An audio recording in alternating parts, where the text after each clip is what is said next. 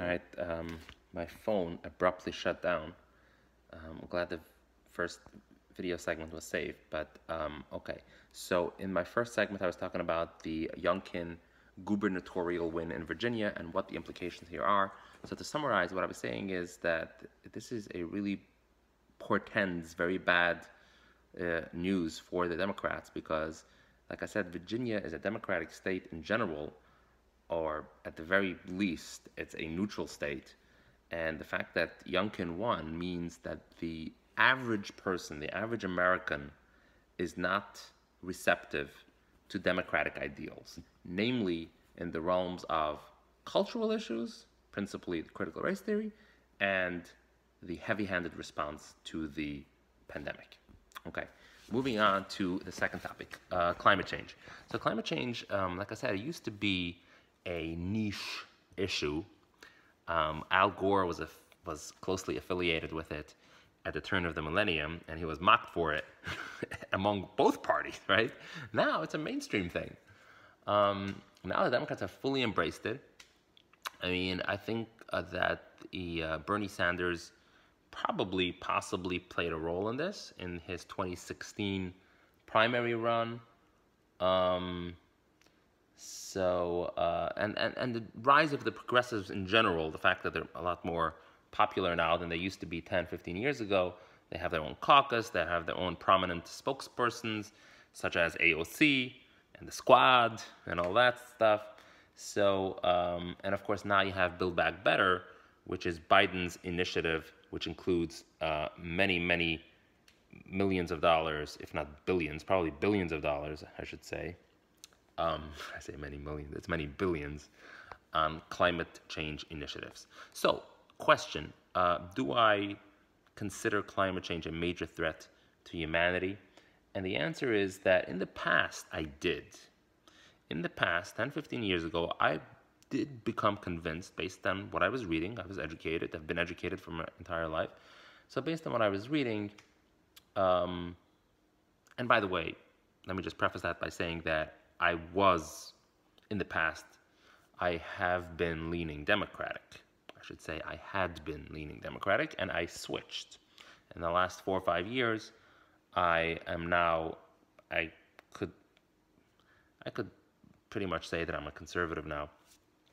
But, so that's also a factor. But let me justify why I switched on this topic. And the answer is, number one, we meaning scientists know that this globe has been swinging back between warming and cooling for a long time now. We're talking here millions of years. Okay, there have been ice ages and warm ages. Okay, everyone knows this. And so it's a cyclical thing. It just goes in a cycle. The planet cools and the planet warms. And so that's the first thing to note here, that even though it is true that the human hand does play a role in accelerating this phenomenon, it is not true that if not for humans, this would not happen at all. That's not true. So that's the first lie, or I should say the first omission that climate change advocates are omitting. Okay, so again, so to repeat, this is a thing that happens more or less, I should say for the most part, the climate would be warming regardless.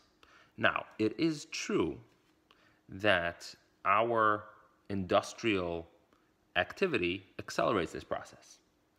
And so the argument could be proffered that left to its own devices, it would be gradual and we would have time and ability to adjust. But if we accelerate it so fast, then we would not be able to adjust. And this doesn't ring true either, because over the last 200-300 years, our technological progress has been so incredibly rapid. The type of lifestyle that we live now and the type of lifestyle that we lived 200, 300 years ago, even 100 years ago, is just so radically different. I mean, if you're really an alarmist when it comes to radical change, you know, then does this not concern you? I mean, we can adapt on all these measures, right? We can adapt on all this exposure to radioactive waves in the form of Wi-Fi and whatnot, and all this other radio waves that we have. And they're only about 100 years old, by the way, all of this, 150 years old. I mean, I would venture to say that our exposure to all of these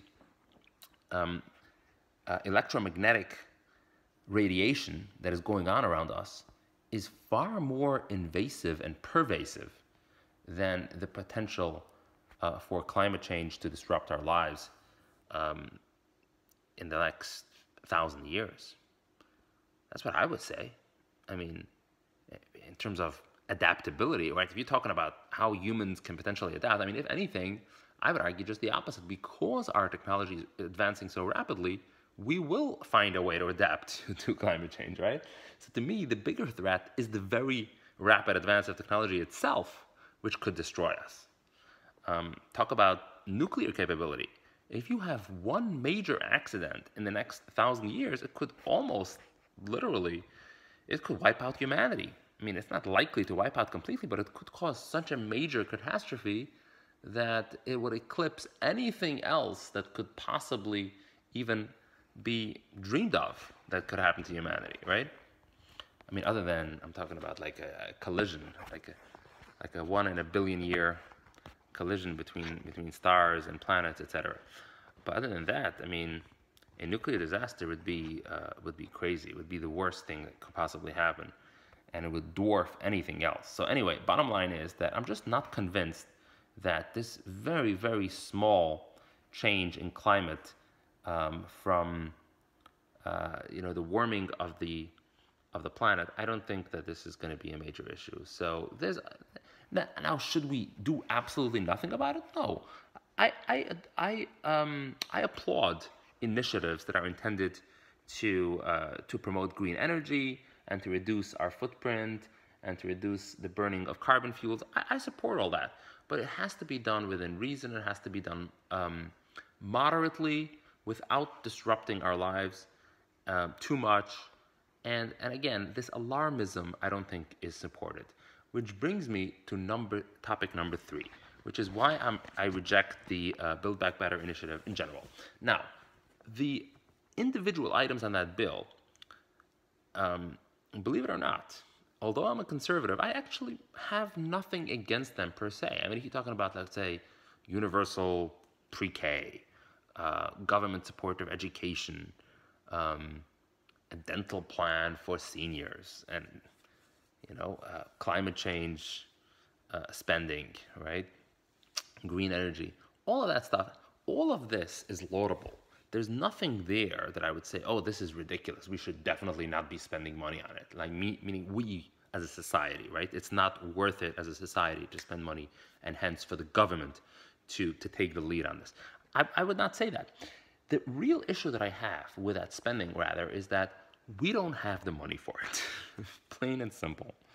If we think honestly, if we assess our financial situation in a very honest way, we're already in debt to the tune of tens of trillions of dollars. All of this money has to, A, be paid back, or B, cause major, major economic hardship and economic turmoil if and when we default on our debt. So it's one of the two. It's either we're borrowing with the intention that our children will pay it back, which is incredibly immoral, or we're borrowing, or even worse, we're borrowing with the intention that we're never going to pay it back. One way or another, this is just not advisable, it's immoral, and I cannot support it. It's just ridiculous. If anything, what we should be doing is, now that we're climbing out of the pandemic, we should act financially responsible again, which is, okay, so we borrowed a lot of money during the pandemic. Supposedly it was necessary, whatever. I disagree with that too. But okay, whatever, you think it was necessary. I'm not going to litigate the sins of the past, okay? There's a lot of things I disagree with what our government and what our society has done in the past. But right now we are where we are, and what we need to do is pay back our debt, even though much of this debt was accumulated in sin, meaning we should never have spent that money. But nevertheless, we owe it. and we need to pay it back.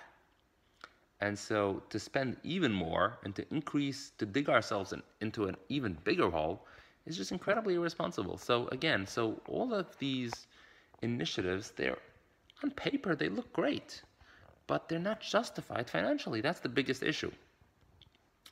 So, so like I said, we just can't afford this. So tying back to the second point, which is about climate change. So climate change is a great idea, but how much do you want to spend on this when we don't have the money?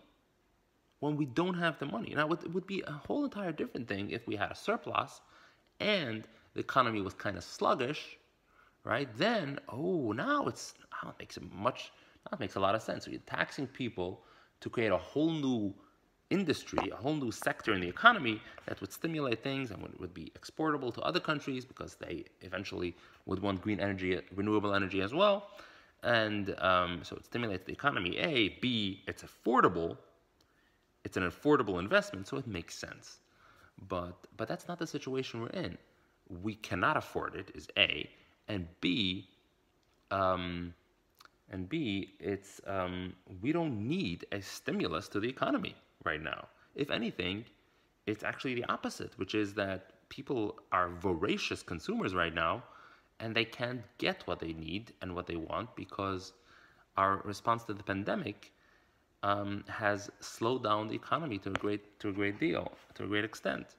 The ships are not docking, they're not unloading, a lot of people are not working, etc., etc. And now they want to fire people for not getting the vaccine, so it's going to get even worse. So bottom line is that, so to reiterate, to recap, so I'm against all of the spending, mainly because we cannot afford it. It would be a whole entire different matter if we had a surplus. Then I would say, okay, let's come up, what do we want to spend the surplus on? Okay, but we don't have a surplus. The argument that we're going to tax the rich is just, it's not realistic. It's a pie in the sky. It's an ivory tower kind of a theory. It doesn't work in practice. The rich they always get away with it. They always find loopholes. You can never, and besides, the amount of spending that they're proposing is just so enormous. It's impossible. Even if you tax the wealthy, even if you do all sorts of taxation, you're still not going to cover all that, plus repay the debt. So, really what's happening here is that the Democrats are doing is the opposite of the conservative argument that used to go starve the beast, right? Starve the beast was that that we shouldn't tax to force the government not to spend. That was the argument of that used to be a Republican argument, right? So the Bush tax cuts, for example, right? So Bush was a spender, but the idea goes, the reason the conservatives support it is because eventually the government will be forced to stop spending. Right? So the Democrats have the opposite approach. Their approach is, hey, we're acting irresponsible anyway, so we might as well spend the money on the working class, right? That's their attitude. But no, I do not support it. I do not support either one. We should be financially balanced. We should be accountable for every dollar that we spend, and that's just the proper moral and correct way of living, on an individual level, on a collective level, on a governmental level, on a federal level, on all levels of the society. This is how it should be.